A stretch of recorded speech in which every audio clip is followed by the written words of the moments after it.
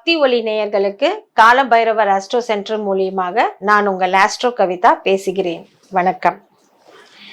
ஒரு வீட்டுல ஒரு குழந்தை பிறக்கிறதுங்கிறது பாத்தீங்கன்னா ரொம்ப மகிழ்ச்சியான ஒரு சம்பவம்.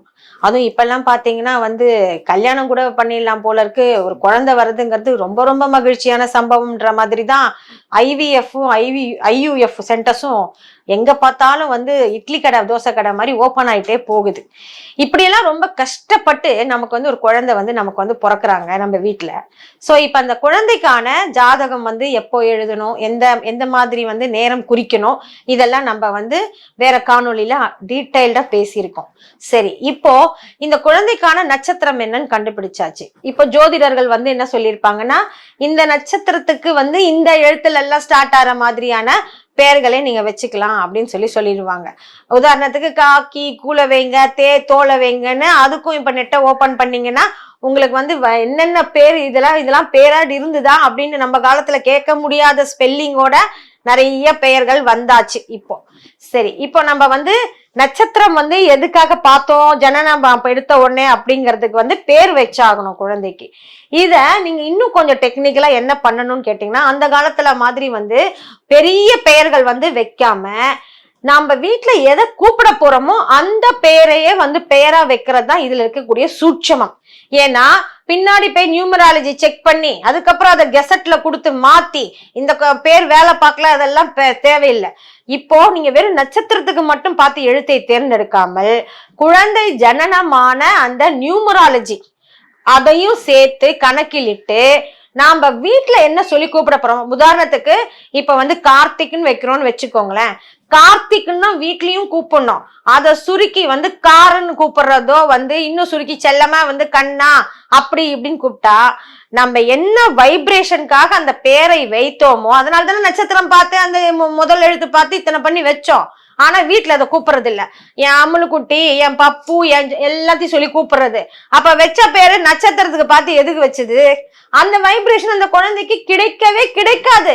எனக்கு தெரிஞ்சு கண்ணான்னு வீட்டுல கூப்பிட்ட பல பேர் நான் இது வரைக்கும் பார்த்த வரைக்கும் அவங்களுக்கு ஒரு சக்சஸ்ஃபுல் கெரியரோ லைஃபோ ஒரே மாதிரி அமைவதே இல்லை. ராஜான்னு பல பேர் கூப்பிட்டு நான் பார்த்திருக்கேன். பல பேர் லக்ஷ்மின்றவங்க வீட்டு வேலை தான் செஞ்சுட்டு இருப்பாங்க, பேரானா லக்ஷ்மி.